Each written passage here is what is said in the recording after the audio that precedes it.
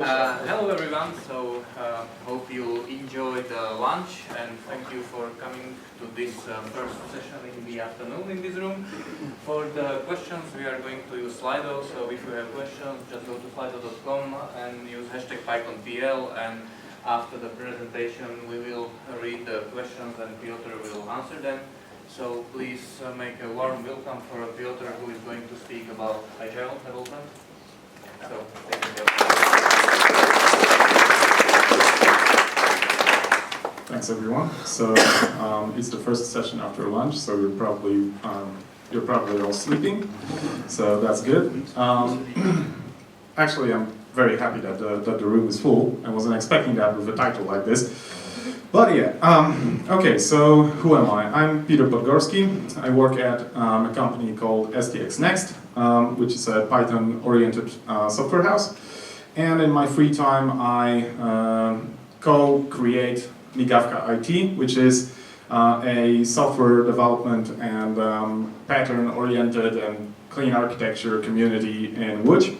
And I'm also interested in science, most notably quantum mechanics and stuff like that. Okay, so let's get to the meat of the presentation. And let's start with a definition, because it's always good to start with the definition, right? This is the dictionary definition of the word agile. And the most important part is this. It's an adjective. So it's something you can be, an observation you can make about yourself or about someone else, but it's not something you can do, right? Agile is a property. So, in other words, oh great, this is the SCRUM website and this is the Jira website, and these, the Jira and the SCRUM, don't make you agile, right? Many agile revolutions that I've seen in my time, they start with buying a Jira license, taking your 5-year plan, dividing it into 2-week packets, sticking it into a backlog, planning your sprints for the next 5 years, and yeah, you're doing Scrum, great. No, you're not. You're really not. And most importantly, you're not agile. It's something that you can call water Scrumful, but it's definitely not Scrum, and it's definitely not agility. So, what does it really mean? Okay. Can you hear me? Yeah. All right. So we'll just. There's an open field. Yeah, we'll just drop that. Drop mic. Okay. So, what are the symptoms of agility? Focus on people and interactions. That's the first line in the Agile Manifesto. So, you build everything around the way people interact, around the way people work together, right? Be it putting everyone in the same room, be it anything else, but you focus on that interaction. That's the most important part. The second, embracing experimentation. If you don't do experiments, you're not agile, right? If you do Scrum the same way you did Scrum a year ago, you're probably not agile. And this might sound a little weird because we're used to thinking of Scrum as a set of fixed rules, but it really isn't. It's a framework. And you put things into that framework. You can do week sprints, you can do 2-week sprints, you can do 3-week sprints, or you can do varied length sprints. There are cases, success stories, where people tried and succeeded by doing iterations of different length, right? So do experiments. That's a symptom of agility, and that's something that very much helps you being agile. And other things, continuous integration and delivery. If your delivery, or more importantly, if your integration takes a day, you're probably not agile because you can't respond fast enough. And another thing, DevOps. Now, what do we think of when we say DevOps? We think about developers and administrators, like system administrators, which we denote operations people, working together, right? Closely together. But it's a lot more than that. DevOps is a mentality which basically says, you can never say it's not my problem. When someone comes to you and says, I have a problem with something, You don't say, oh, that's not my area of interest, because we're all in this ship together. And it works better, it swims better if we row, if we all row, and if we row in the same direction. So DevOps is a very broad term in reality, which basically means the whole company, everyone, is responsible for the success of a project or for the success of the company. All right, but why do we want to be agile? Well, let's get back to the definition. We're done with this part. What about this part? Well, in most cases, when people like managers, CEOs, yeah, all those business people you don't like, when they talk about agile, when they talk about agility, well, they usually say we do agile, and you can't do agile. We already know that. You can't do it properly. But what they see is this, right? Quickly. You know what's quick? This is quick. This is thrust SSC. This is the first ground vehicle to reach the speed of sound on wheels, on the ground. And it did that. Well, this is basically like a fighter jet combined with a Star Wars pod racer and a forklift. You want to know why it's a forklift? You probably do. It's a forklift because it steers with the back wheels. So it's basically as stable as balancing a pencil at your fingertip. And it did that. It reached that 1,000 kilometers an hour on the Nevada desert. So it's basically like a huge table, right? It's completely flat, right? No corners, no speed bumps, no big rocks, no anything, right? Nothing to turn around, right? Nothing to avoid. And software projects don't really look like the Nevada desert, do they? Right? You know what else they don't look like? Rails. And I'm not talking about Rabbit on Rails, I'm talking about actual rails. Because it ends up like this, right?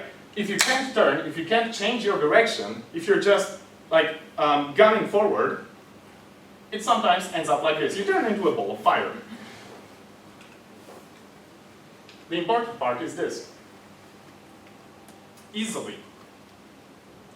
It's not just about speed. Like, you may get to your destination quicker by being agile, right? But it's not. But you won't do it by running very fast. You'll do it by not falling down, right? It's like what the police says when they stop you or when they are on TV, right? Before like Christmas or holidays or like yeah, those type of times, they say something like, drive slowly and you'll get there. Drive slowly and you'll be alive, basically. Yeah, use brakes. That's agile. That's Dakar. That's Camel Trophy. Right? These are agile. They're much more agile than STX and C, and definitely much more agile than the rocket slide we've seen before. It doesn't matter. Like the road. Well, okay. Can you see a road here? I don't. Like the path they need to take on Dakar to get to the finish line, it changes. It varies. They have to adjust to the changing conditions, and that's much more akin to what a software project looks like, right? Business requirements change. The business environment changes. The market changes. All of it changes. So it's important to be able to brake, to be able to turn. Okay, so these are all interesting ideas, but let's see how they look like, what they look like in history, right? Because that's always I found it a good idea to actually learn the history of software engineering. Yeah, you're nodding. Yeah, you're all nodding. Yeah. Yeah. Wonderful. And before 2001, when the Agile Manifesto was published, we were all doing waterfall, right? Well, let's see. 1970, a guy called Winston Royce publishes a paper which basically talks about a waterfall-esque process. It's not exactly waterfall because he didn't call it that, he didn't use that name, but it's basically waterfall. Design, implement, test, see it fall apart, back to the drawing board. And he says it can't work. It's 1970. He says it can't work, right? So obviously in 1985, the American Department of Defense makes waterfall its basis for all software contracts. The funny part is they didn't do that on purpose. They just kind of phrased the bill in such a way that only waterfall fits.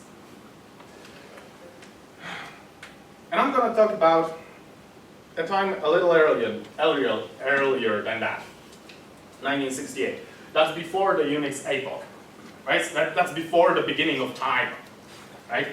That's before 4 years before C, right? 8 years before Apple I. IBM PC and www, these are babies by comparison. Okay, what did the world look like back then? It didn't look like that. It didn't, because this picture, I actually find this photo extremely interesting for one simple reason. This was cutting edge back then. This is like showing you the first internal presentation of the Magic Leap, or of Microsoft HoloLens. That's the level of technology this presents for the 1968, right? He's holding a mouse. Oh my God! This thing doesn't fit. This thing doesn't fill the entire room. Amazing. He's got a graphical interface. Wow.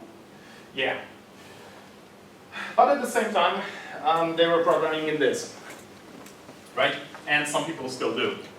I actually feel sorry for them. But so yeah, this COBOL doesn't really look very familiar to us, right? It basically looks as familiar to us as waterfall does, right? But they also have this.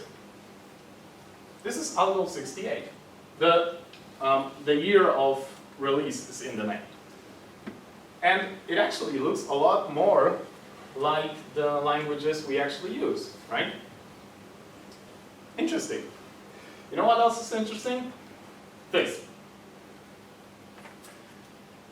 This is another thing that happened in 1968, the Software Engineering Conference.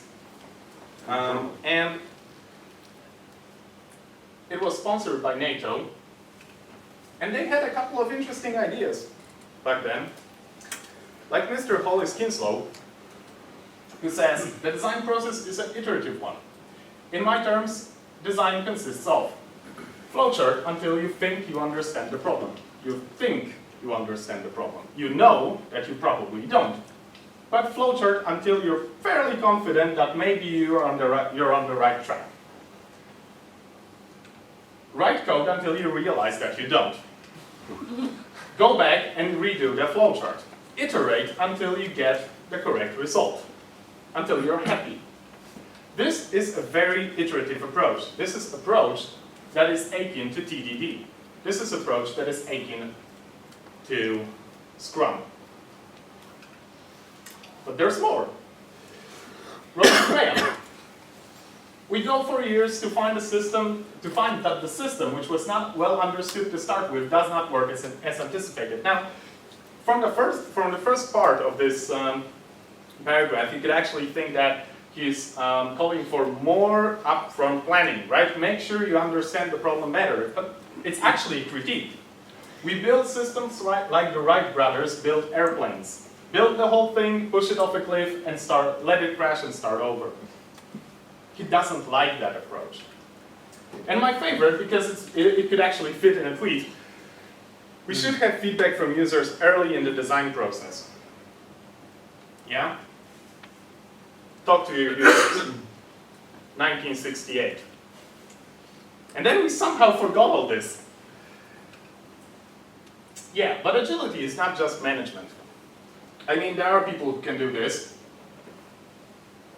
But it would be a lot easier in a rally car, right? yeah, it's also the way you code. It's also the way you deploy. And we talked about deployment a little bit, or at least I said that it's more than deployment when we were talking about DevOps. But we're not going to talk about that much. We're going to talk about the way you code. Test-driven development. Who uses test-driven development? Partially. Yeah. Okay. Now, when we think about test-driven development, we think about regression testing, right? Making sure you don't screw up your code and making sure that others don't screw up your code. And it's also a very old idea. Oak. You know Oak? Who knows Oak? Yeah. Cool. 1977. Alfred Eko, the A in Oak. So we instituted a rigorous regression test for all of the features of Oak. Any of the three of us who put in a new feature into the language, from then on, first had to write a test for the new feature. They actually did that after they completely broke their compiler. So yeah, they were able to learn from their mistakes. But TDD is a lot more than that. TDD can be a guidance system. It can guide the way you code, it can guide what you code, and it can guide your architecture. And we're going to get there. But let's see what the process looks like. Red, right? Red-green refactor cycle, the cornerstone of TDD. That's your blueprint. The first and the most important and the hardest step. Resist the urge to write the implementation. We always know what we think the code will look like. Resist that. Don't write the implementation. Think about what you want to write. Express that through a test name. Don't do this, because this doesn't say anything, right? A good test name explains. Post to buy item with valid item ID decreases stock. The same also creates invoice. If one of those fails, you know immediately what happened. You know immediately what went wrong. And you know immediately which area of the code you have to fix. Right? More importantly, if you fold the code and read through it, you actually get a specification. Someone reading that, even your grandma, if she can get over underscores instead of spaces and understands English, could read through this and more or less know what you're doing in your job, right? And that's also true for function names. New products. Okay. I bet that if we run a survey in here, each and every one of us would have a different idea of what new actually means. Products activated within days. That's non-ambiguous. Okay, so we've run past these, but it's not the end of the red cycle. Think about how it will be used, the interface. Write and run the test to see if it really fails. And that's everything you need to do in your red cycle. So we get to the green cycle. Yeah. In this case, the purpose is not to write the final implementation, right? The purpose is to learn from what you wrote. So, go back to here. This, like, in here, you have a blueprint. In here, you have a prototype. This thing is made of cardboard and duct tape. It won't land on a store shelf, right? You won't buy it in MediaMarkt. But it was enough to convince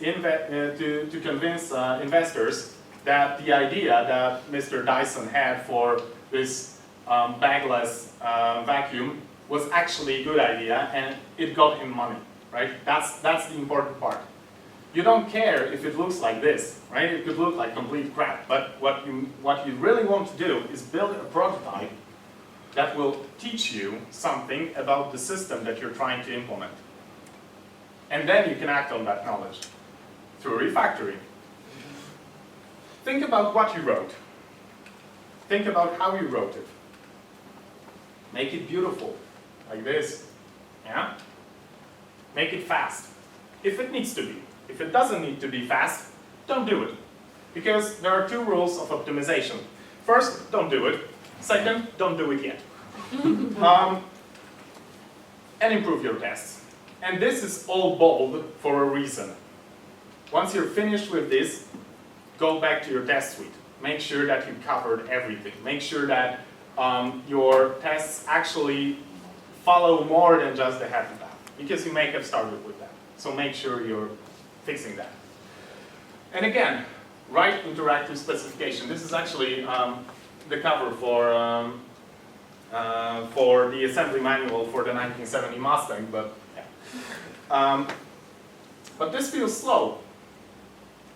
Actually, this is funny because this is the slowest GIF or GIF, whatever floats your boat, of a WRC car turning that I could find.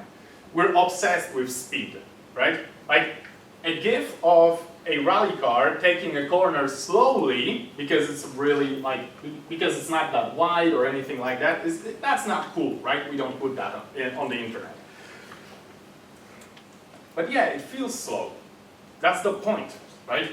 In order to move fast, you need to be able to slow down in order to get to your destination and not turn into that ball of fire that we've seen earlier. So, yeah, architecture. That should be the result of your TDD, right? And what is architecture? Again, let's start with the definition. Architecture represents the significant design decisions that shape a system where significant is measured by cost of change. So architecture can be an accident. If you just make a decision and it ends up being difficult to change, it becomes your architecture. So in many cases, like many projects that I worked on, Django was the architecture. On many projects that I worked on, SQL was the architecture. Yeah, framework. Using ORM as a domain model. You can't change it because all of your domain logic is written in that. Yeah, you're not going to be replacing that. Yeah, so let's start with an example code. Now this is obviously wrong, right? I mean, who here thinks that this is not wrong? Yeah, even if you do, you're not going to raise your hand. Okay, so we have this code. It's really entangled with SMTP. Like this is really crap. But what about this? Yeah, this is nicely encapsulated. It's important here. It's used here. Who here thinks that this is ideal? Okay, that's good. Yeah, because we get a task, right? A VIP can always book a table, and instead of sending an email, we have a concierge called the VIP. Yeah, deadline last week. Let's focus on the second part. And let's try TDD. That's our first task. And we can see here a code smell. This is a code smell. This means that this whole thing is very, very strongly entangled with this. You can't replace it easily, and moreover, you can't move it easily because you're going to have to run through all of those patches and change that path. So let's write another test. Concierge CRM is called after VIP books a table. We run book table, and then we need to do this. Right? All of this is new code, right? We had to actually just to write this test, we actually had to make this because the test itself wouldn't work without it, right? It might not have any kind of actual logic inside, but it had to be created. So we're not letting our TDD drive the development, drive the programming. We're having the programming, the the existing code drive TDD, which is backwards, right? This code is adhesive. Now, adhesion, for those who don't know, is basically gluing things together, right? This does not belong inside. And we would have to do this implementation, to actually fulfill the task that we were given.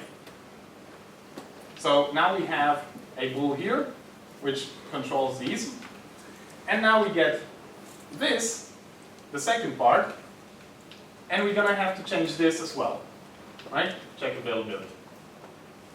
So once we get like another case, another kind of user, we're either going to have to change this to be some kind of list or whatever, or we're going to have to keep adding bools or whatever, but this will change into this. Now, usually, the answer to this problem is solid, right? And we've also seen, I mean, I don't know how many of you, although the room was full, so probably a lot, were on the clean architecture presentation, which preceded the lunch. So usually solid, clean architecture, hexagonal architecture. Basically, if you take clean architecture or hexagonal architecture and you make a distillate out of it, you get solid. But if you keep going, you get this. Two rules, very simple. Separation of concerns, program to an interface.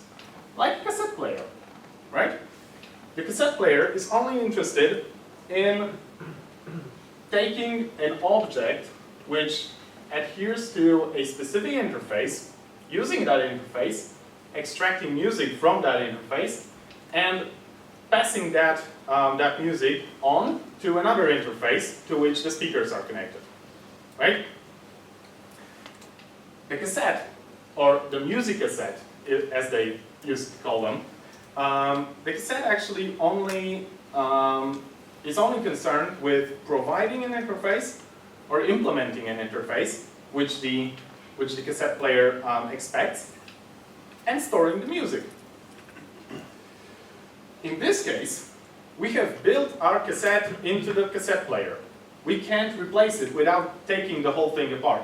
And in fact, in this case, what we actually did, moving on with this analogy, is we put a second cassette into our cassette player, and on the outside, on the cover of the cassette player, we've actually put a button to switch between those hard-coded, quote-unquote, cassettes inside the cassette player.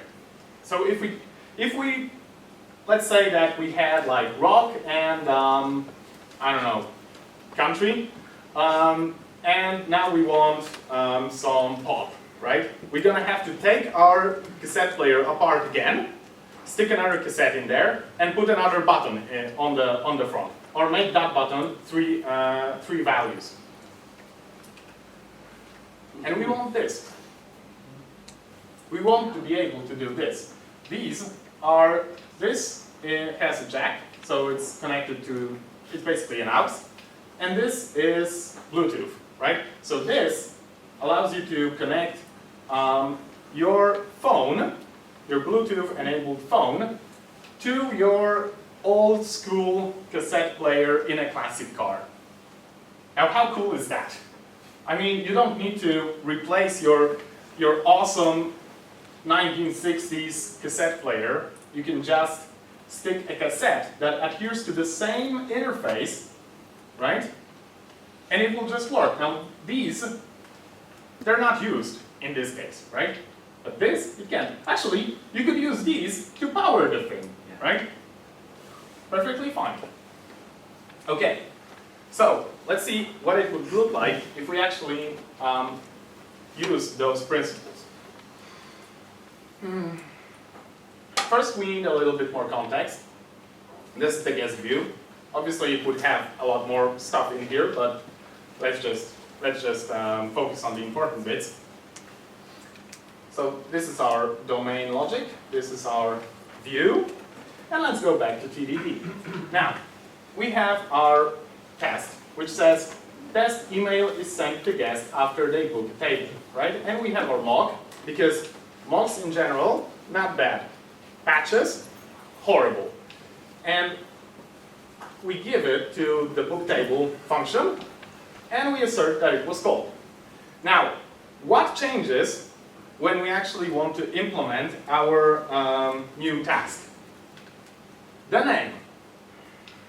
Test notification is made after table booking, and we would have probably called that test this anyway, right? And as for testing the view, that's for end-to-end tests or integration tests or anything other than that. Inside our domain logic, that's all, right? And the important part, yeah, only the specification changed. And then we move on to the implementation. And basically we go from this to this. And we only need to write new code. We don't modify any existing code. We only write new stuff. And this is very important because modifying code is a lot more complicated than writing new code. In this case, if this changes, right, we could just remove it, stick something else here. Moreover, if we want to do A/B testing, because we're not sure if this is actually the right choice for our VIPs, we could actually stick a conditional in here based on some flag or whatever, and use this on 50% of our users, use this on the other 50% of our users, and it's fine. If we tried to do this in the previous implementation of that code, it would be extremely difficult because we would have to stick that inside the radio, right? So even more booleans. Now, this code is immutable, unit testable, and tractable. Now, immutable basically means that if you want to modify the code, you just delete it. You rewrite it. Or you write a new implementation that adheres to the same interface. Unit testable, obviously, we don't need patches, we don't need any of that stuff, right? We just need to have something that adheres to the same interface. And tractable, because it's obvious what's going on here, right? Reading this, it's very obvious how it works. Reading the previous implementation, once this gets enough booleans in here, you have no idea what it does. Because this can change based on one of those, and this can change based on some others, and yeah, it's a mess. In this case, it's very, very understandable, very tractable. Yeah. And the most important thing, context matters. Because all of those things, like I like to think of these two rules like seatbelts and an airbag, right? Yeah, most of the time they might not be needed, right? Most of the time you might not need those. But when you do, it's really good to have them. But at the same time, if you write something small, if you write some throwaway code, if you write some little script that will automate a little bit of your work that you're gonna use once or stuff like that, don't bother, because it will just add complexity. These things remove complexity from big projects, but add complexity to small projects. So it's always important to think about whether they actually benefit you or not. Okay, so further listening. This guy, Sebastian Buchinsky, he actually had a workshop.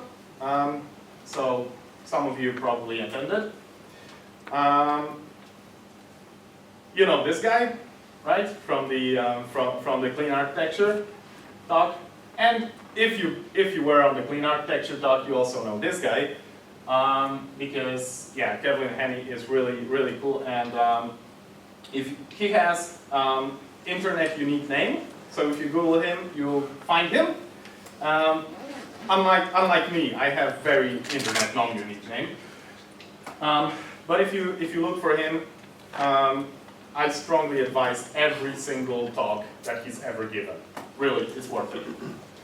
Another piece of further reading, Agile Mindset, Agile Code, my text. Once the PyCon 2019 books are actually here, you will be able to read it. And Migawka IT, where we're gonna have a lot of stuff on this. It's gonna be in Polish, so yeah, if you're an English speaker, sorry. Yeah, if you're an English speaker, yeah, this. If you're a Polish speaker, Migawka will get you covered. And yeah, more further reading, the Phoenix project. If you're wondering, and there's something about that. Yeah, actually, if you want answer to this, read this. Yeah. Basically, this is actually one of the coolest IT books that I've ever read, because it's actually a novel. It goes through everything. It goes through Toyota production system. It goes through Lean. It goes through Agile. It goes through Kanban. It goes a little bit through Scrum. It goes through everything, and it actually tells you a lot of things like how to recognize problems in your company, how to recognize the areas that need improvement, and it does that in the form of a novel. So you can actually, I'm not a quick reader, right? But I plowed through this because it's just so good to read. It actually reads like a really, really good book, although the Polish translation is a little dodgy. Clean architecture, again, and this. Yeah, really, it's worth it. I mean, I know, it's 1968, but I sincerely hope that at least, if I did not convince you to grab that, at least that you're at least a little curious, because you can find that on the internet. It's available as a PDF, completely legal, because this is a public document, available straight through NATO, and yeah, this is really good. I mean, it's so good that you've seen like 3 quotes from it, right? But when I was actually preparing this presentation, I had this document on the right side of my screen, my notes on the left side of the screen, and at some point I noticed that they basically track each other, right? So it's like every single line is gold, right? Seriously.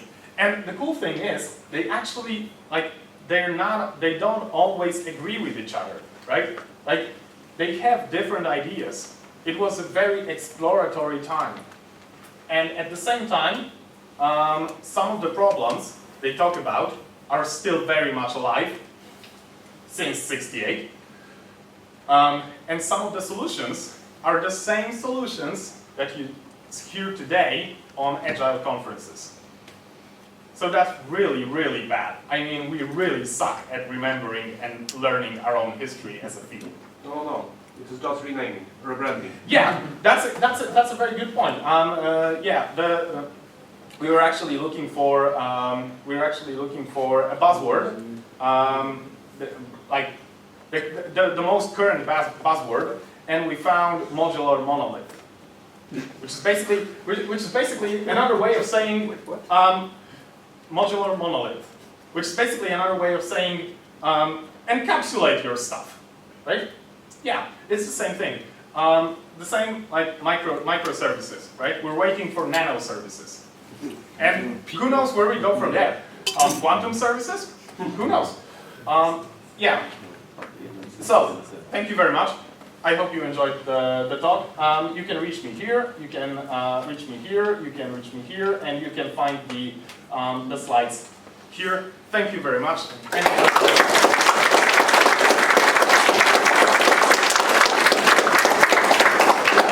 Yeah, there's just one question. It's disconnected. Yeah. Well, I'm checking in on. Yeah, there's more. No. Better just comment that you have a good metaphor.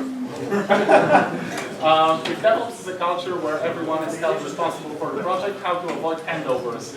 Isn't so common to have special? Yeah. It's not so much as everyone is responsible for the project. It's just that everyone is responsible for the success. So that's not exactly the same. It's about when someone comes to you and says they have a problem, right? You don't do something like, hey, go away, I don't care about this particular area, right? I'm really trying to not to use cuss words here. You don't say that, right? What you say is, okay, let me take a look in an hour, or let me direct you to a person who can actually figure it out. Or, yeah, I'll just take a look at it. Maybe I can figure something out. Because in many cases, like many times when you have a problem, right, it just requires another pair of eyes looking at it, right? And at the same time, you know what? Marketing is a good example. Because in many companies, you have a marketing department, and the marketing department is responsible for either marketing your products or marketing your company, if you're a software house, for instance. And they come up with everything, right? And they don't ask around, right? But they have like 100 or a couple of hundred really, really smart people working at the company, right? Why aren't they asking them, right? Like, in most cases, when you have a marketing department, that marketing department is not actually IT people, right? It's not actually programmers, right? So they don't really understand the culture as well as we do, right? They don't understand the memes, they don't understand the jokes, and how could they, right? But if they just come to you and ask, they can come up with a much better strategy, like for instance for hiring programmers, right? Because they hired you, right? So there had to be something that that pulled you towards that company, right? Yeah, why not ask? And yeah, so it's a lot of things like that. It's not just like it's the understanding that we're all in the same boat, as I said before, and that we're all really smart people. But at the same time, there's one crucial thing in here. If you want to do this, you can't have too high utilization, because if everyone is utilized like through the roof, right? If your utilization is 50%, right? Then you wait a single unit for everything, right? This is actually from here, right? If your utilization is 50%, everyone has to wait for you for 1 unit of time. But if your utilization is 99%, everyone has to wait for you for 900 units of time. So no wonder you don't have time for this, right? No wonder you don't have time to help other departments. Yeah. Alright. You stood up, so we probably don't have time. Yeah. So thank you for the talk.